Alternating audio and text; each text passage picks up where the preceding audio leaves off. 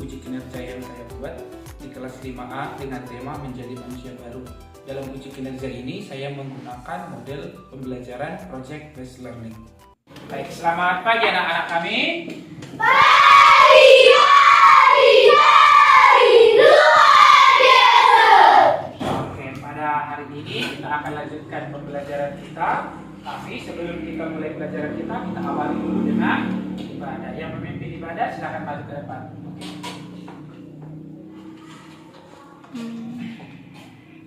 Semua lipat tangan.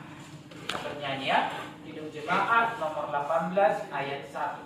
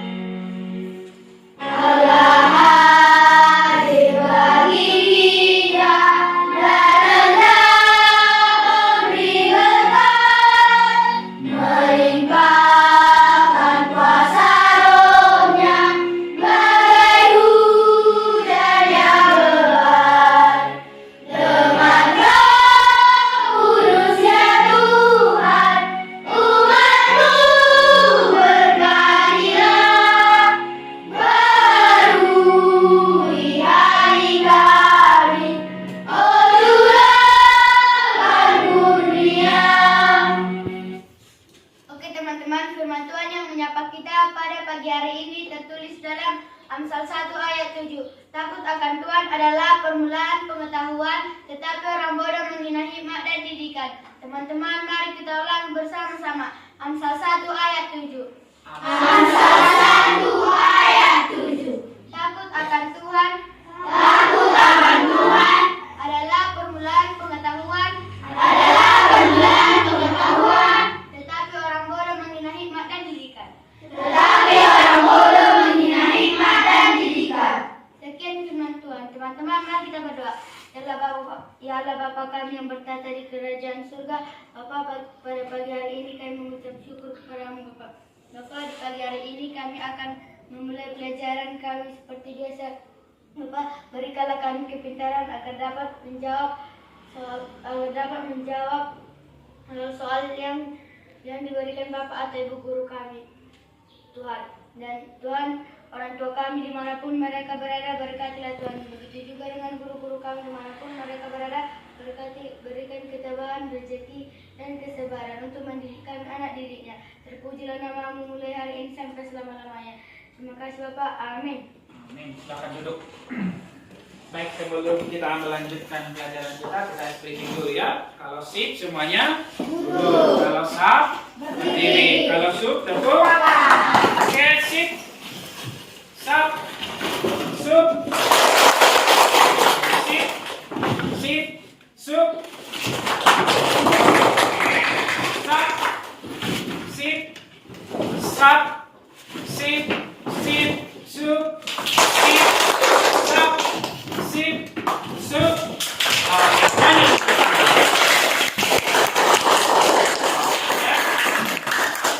Sebelum kita lanjutkan pelajaran kita, ketua kelas, Axel, hadir semua. Ya, semuanya hadir, berjumlah 28.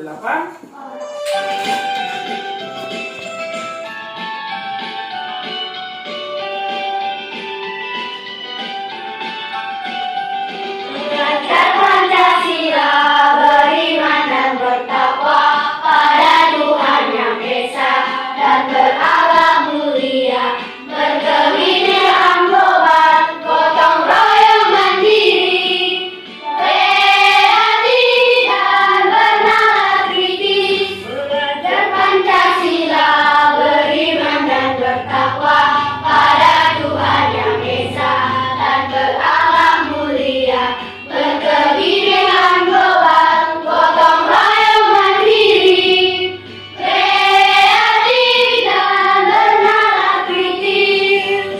Oke, semua tepuk tangan dulu sekali. Nah, pada pembelajaran kita hari ini kita akan lanjutkan materi kita, ya, materi yang akan kita pelajari. Semua coba perhatikan dulu ke layar. Oke, Judul pelajaran kita hari ini adalah semua dulu membaca 1, 2, 3 ya. Menjadi manusia baru berawal dari perubahan ada yang hilang. Tertulis dalam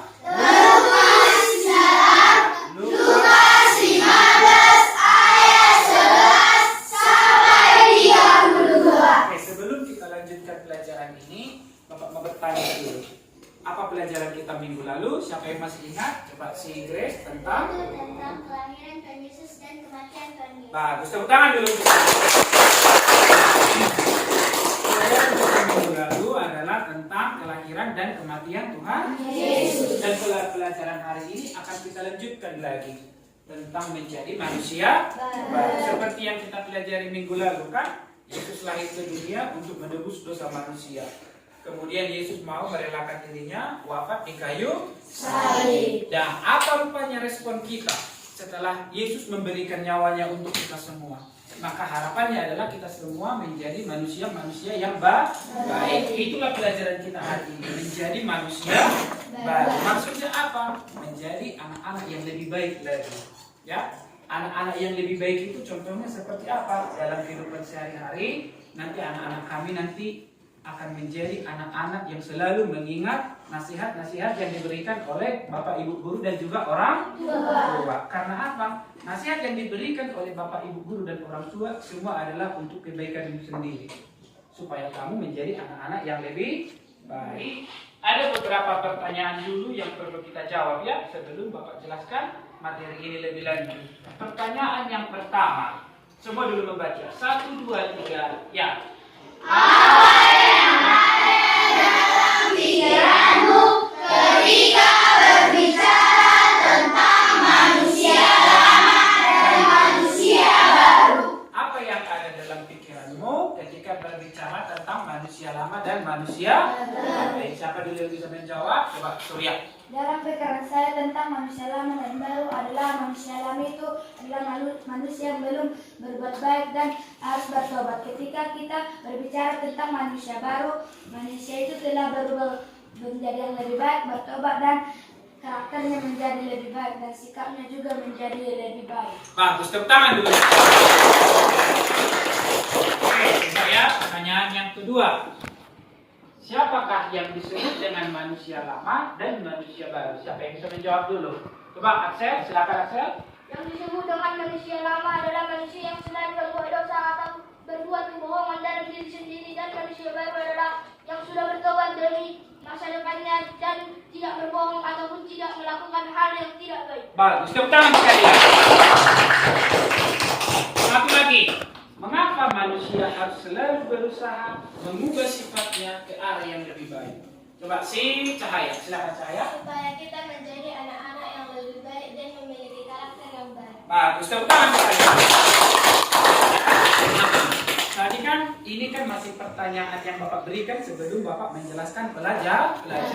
Rupanya anak-anak kami sudah ada yang mengerti. Tapi nanti setelah diajarkan nanti pelajaran ini, maka diharapkan semuanya juga akan semakin mengerti. Yang sudah tahu juga akan semakin lebih tahu lagi ya. Nah, kita akan melanjutkan pelajaran kita ini. Nah, tapi sebelumnya, apa tujuan pembelajaran kita pada hari ini? Yang pertama nanti anak-anak kami akan memahami tentang konsep manusia baru secara alkitabiah. Maksudnya di Alkitab itu apa sebenarnya arti manusia baru? Itu nanti tujuan pembelajaran kita yang pertama ya. Baru yang kedua nanti menemukan perbedaan manusia lama dan manusia baru. Jadi anak-anak kami nanti akan mengerti apa rupanya perbedaannya yang disebut dengan manusia lama dan manusia baru. Dan yang ketiga, mempraktikkan buah-buah roh sebagai buah pertobatan setelah menjadi manusia baru.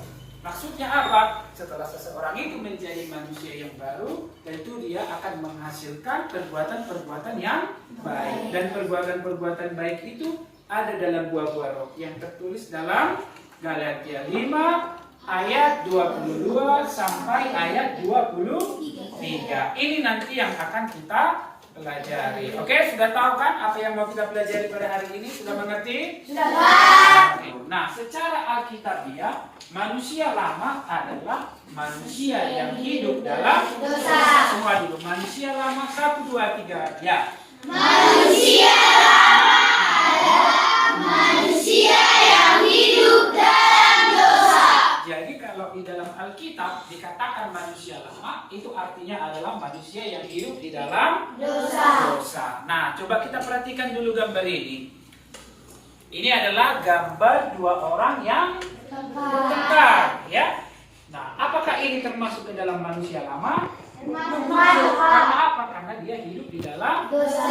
Karena pertengkaran itu akan menimbulkan apa itu? Betul ya? Yang akan terjadi pasti ada yang terluka dan menangis. Iya, ada yang terluka dan ada yang menangis. Pada akhirnya nanti akan saling menyakiti. Ini adalah contoh-contoh karakter manusia lama, ya. Nah, coba kita lihat lagi yang selanjutnya. Ini. Oke. Coba lihat gambar ini. Ini juga adalah contoh perbuatan manusia lama. Ada dua orang yang sedang bertengkar juga. Anak-anak kami juga kan dalam kehidupan sehari-hari sering bertengkar dengan adiknya kan? Bertengkar dengan adik, bertengkar dengan siapa lagi? Abang, bertengkar dengan kakak. Itu juga adalah contoh-contoh perbuatan manusia lama. Jadi mulai dari sekarang harus berubah menjadi manusia yang lebih baik. Nah, coba kita lihat contoh-contoh perbuatan lama. Yang pertama dibuat di sini adalah berbohong. Rupanya berbohong itu adalah karakter dari manusia lama. Baru yang kedua apa lagi? Sombong. Yang ketiga apa lagi? Suka ribut di kelas atau suka ribut di gereja. Padahal di gereja ini kita mau ngapain di situ? Kita mau beribadah, memuji Tuhan dan mendengarkan firman Tuhan. Oke, baru apa lagi? Padahal firman Tuhan mengatakan dalam buku Taurat yang kelima, hormatilah ayah dan ibumu supaya tanah yang diberikan Tuhan. Baru apa lagi contohnya? Suka berkelahi dan perbuatan buruk lainnya. Berarti semua perbuatan-perbuatan buruk yang kita lakukan itu termasuk ke dalam perbuatan manusia lama. Nah, sekarang kita masuk ke dalam definisi manusia baru. Semua dulu membaca. Manusia baru 1, 2, 3. Ya.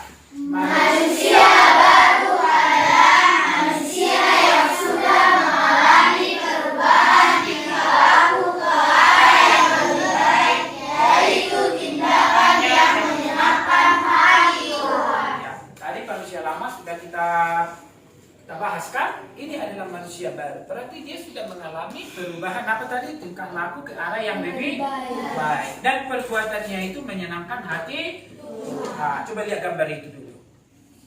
Nah, bagaimananya sikap abangnya itu kepada adiknya? Abangnya itu menyayangi adiknya, iya kan? Coba siapa yang seperti itu di rumah? Sayang kepada adiknya atau sayang kepada saudara-saudaranya. Ya, itu adalah contoh dari perbuatan manusia baru. Nah, kita lihat lagi yang selanjutnya. Contoh perbuatan manusia baru. Yang pertama, apa dibuat di situ? Semua. Yang kedua, yang ketiga, rendah hati. Yang keempat, yang kelima, dan perbuatan baik. Rupanya semua perbuatan-perbuatan baik lainnya itu adalah contoh dari perbuatan manusia baru. Sudah mengerti tentang perbandingan manusia lama dan manusia baru? Dari judul pelajaran kita tadi, menjadi manusia baru, belajar dari perumpamaan tentang anak yang hilang. Nah, coba kita perhatikan dulu tayangan video berikut. Ya, semua dulu perhatikan. Jadi ceritanya ada sebuah keluarga yang isinya itu ayah, anak sulung, dan anak bungsu. Ayahnya ini memiliki cukup banyak uang. Tiba-tiba ketika ayahnya sedang bekerja, si anak bungsu ini bilang begini adik-adik. Bapak, aku minta warisanku sekarang, sebelum Bapak meninggal.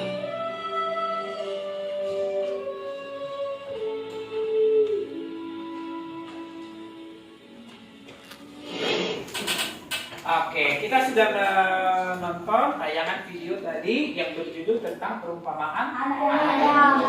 Nah, dari tayangan ada pelajaran yang bisa kita ambil, yang kita hubungkan dengan manusia lama dan manusia baru. Si anak yang tadi yang masih hidup di dalam dosa disebutlah itu dengan manusia lama, tapi dia sekarang sudah menyadari kesalahannya, berubah dan meminta maaf kepada siapa? Ayahnya. Sekarang dia sudah menjadi manusia yang baru. Nah, dari video yang tadi, pelajaran apa yang bisa kita ambil? Siapa dulu yang bisa? Mbak Sireja, pelajaran. Berani meminta maaf ketika membuat kesalahan. Bagus, tepuk tangan dulu. Oke, Sireja tadi mengatakan berani meminta maaf ketika melakukan kesalahan. Apakah itu karakter dari manusia baru? Iya. Karena si anak itu sudah menyadari apa kesalahannya. Anak-anak kami juga seperti itu kan. Kalau salah harus berani meminta maaf. Mau kepada orang tua, kepada kakak, kepada abang, atau kepada adik, atau kepada teman-teman di sekolah. Apalagi pelajaran yang bisa kita ambil dari cerita tersebut? Coba Spikael. Bagus, tepuk tangan dulu.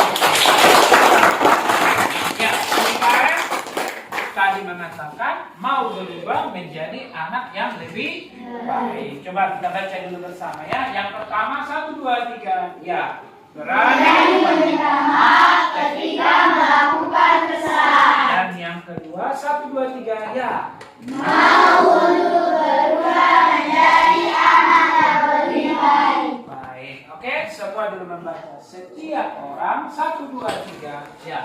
Setiap orang dapat berubah, perubahan itu bisa ke arah yang baik atau buruk. Jika berubah menjadi baik, itu tanda kemajuan. Jika berubah menjadi buruk, itu tanda kemunduran.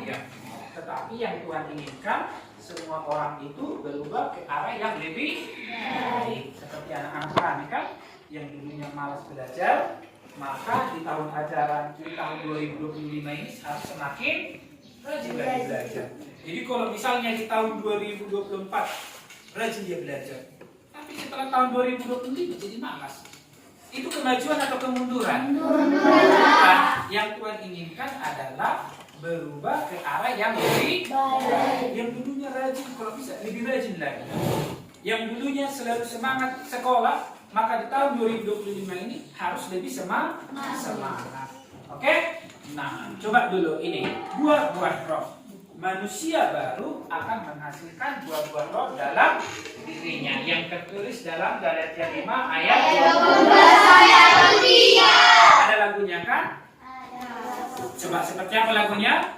Kasih, sukacita, damai sejahtera, kesabaran, kemurahan, kebaikan, kesetiaan, kelemah lembutan, dan penguasaan diri. Nah, ini adalah buah-buah yang dihasilkan oleh manusia baru. Yang pertama tadi ada apa tadi? Kasih. Yang kedua, sukacita. Yang ketiga, damai sejahtera, kesabaran, kemurahan, kebaikan, kesetiaan, kelemah lembutan, dan penguasaan diri. Semuanya itu adalah buah-buah dari manusia baru yang sudah hidup di dalam Tuhan. Nah, pada pembelajaran kita ini kita akan membuat tugas proyek, membuat kreasi buah-buah roh. Ada 3 model nanti yang bisa dipilih, ya. Ada 3 nanti yang bisa akan pilih, dan ini nanti akan kita kerjakan secara berkelompok. Ya, model yang pertama, silakan semua melihat. Mereka membuat buah-buah roh itu dengan menggunakan gambar hati, ya. Di sini ada kasih, sukacita, damai sejahtera, nanti sampai penguasaan diri. Kemudian model yang kedua, mereka membuat dengan menggunakan apa ini? Jari tangan, ya. Ada kasih, sukacita, sampai penguasaan diri. Kemudian model yang ketiga, mereka membuat apa? Boleh kita membuat nanti dengan menggunakan gambar pohon, tapi pohon ini menghasilkan buah-buah roh. Ya, pohon ini menghasilkan buah-buah roh. Kasih, sukacita, sampai penguasaan diri. Dan ini kita kerjakan secara berkelompok. Oke, mari kita bentuk kelompoknya.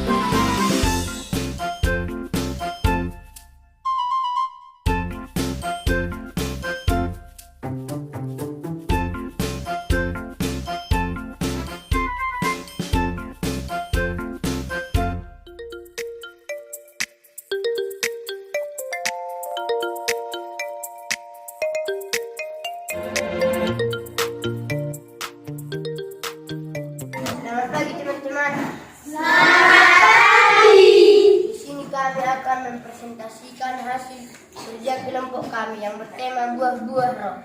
Mengapa kami memilih buah gambar hati? Karena melambangkan kasih untuk sesama. Adapun buah-buah roh itu adalah kasih, sukacita, damai sejahtera, kesabaran, kemurahan, kesetiaan, kebaikan, lemah lembutan, penguasaan diri. Sekianlah hasil kerja kelompok kami. Sekian dan terima kasih. Hai teman-teman. Selamat hari. Sini kami akan mempresentasikan hasil buah-buah roh kami.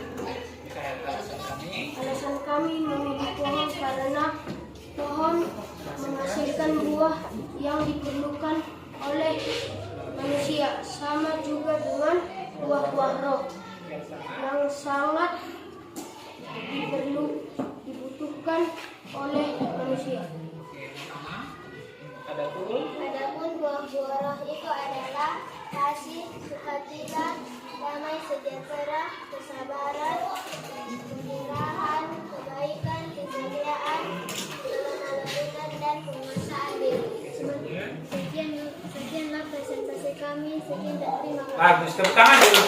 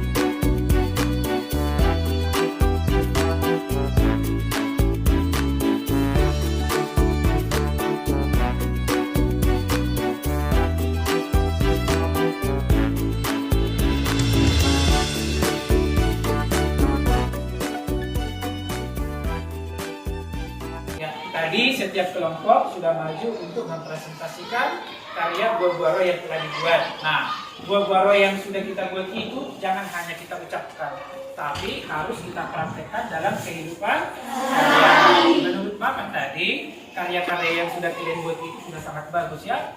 Nah, tadi Bapak bilang jangan hanya diucapkan atau jangan hanya tahu, tapi lebih kepada bagaimana kita menerapkannya dalam kehidupan sehari-hari. Atau ada yang memberikan komentarnya juga tentang penampilan dari temannya yang tadi? Coba silakan Surya. Pendapat saya adalah kelompok teman-teman saya sudah menampilkan yang bagus dan arti buah-buah roh. Oke, bagus ya. Itu tadi pendapat si Surya. Tadi dia mengatakan bahwa semua yang maju tadi, semua yang tampil sudah memberikan yang terbaik. Nah, sekarang kita akan masuk pada kesimpulan pembelajaran kita hari ini. Coba semua melihat ke depan.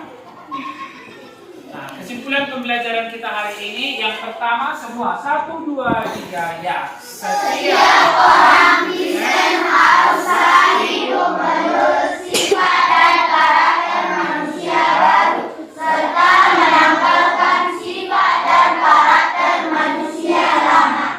Hanya Allah yang dapat membarui hidup kita menjadi manusia baru. Karena itu kita harus membuat diri untuk dibentuk dan dibarui oleh Allah. Tadi pertama dikatakan harus hidup menurut ajaran Kristus. Artinya hal-hal yang baiklah yang kita lakukan dalam kehidupan sehari-hari. Dan kalian juga kalau diingatkan harus mau.